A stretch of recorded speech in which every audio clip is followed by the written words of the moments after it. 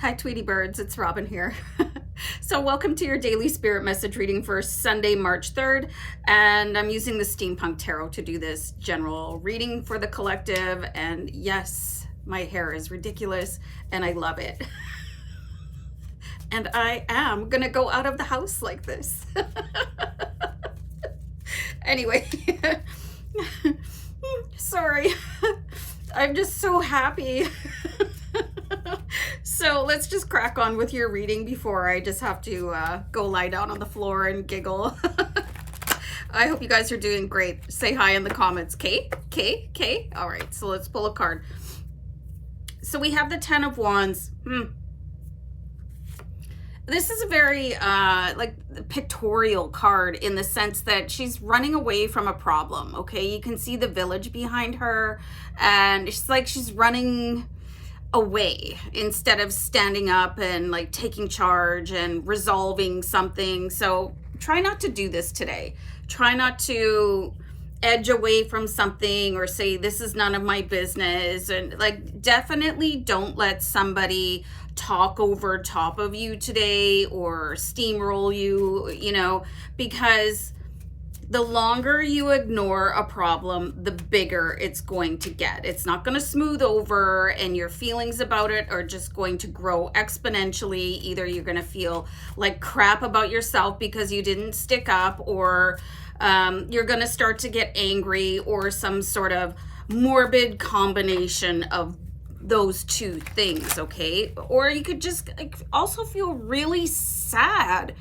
I feel like you're waiting for somebody to come in and rescue you from this situation, but that's not going to happen. You're going to have to rescue yourself.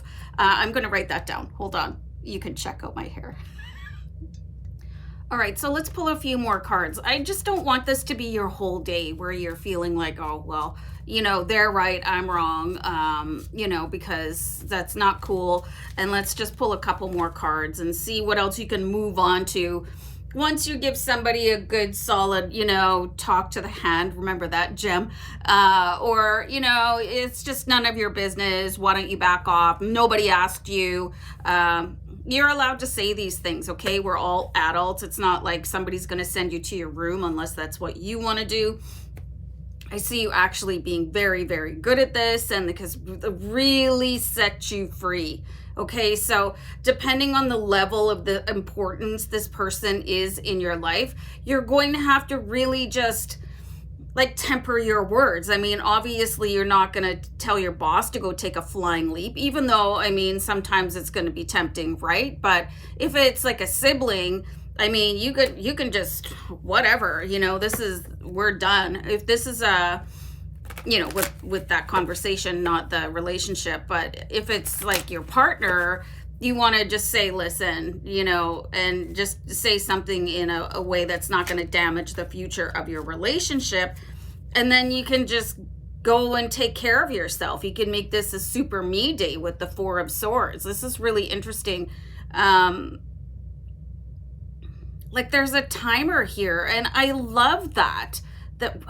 Timer, what's it called again? Hourglass. So maybe it's just not the right time to have this discussion, but that doesn't mean that you have to run away from anything. You could just push pause. What show is that? How I Met Your Mother, Lily and what's his face, that tall dude.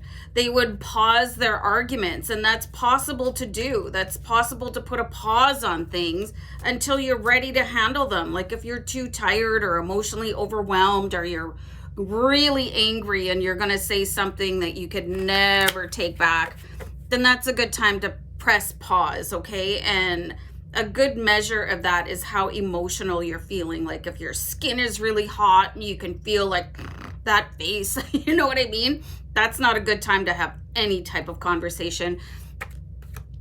And I'm going to add, especially if you're a parent or a grandparent, or you have animals in your house, or you take care of them or whatever, just don't approach people when you're in that mood, because you're just going to get that back.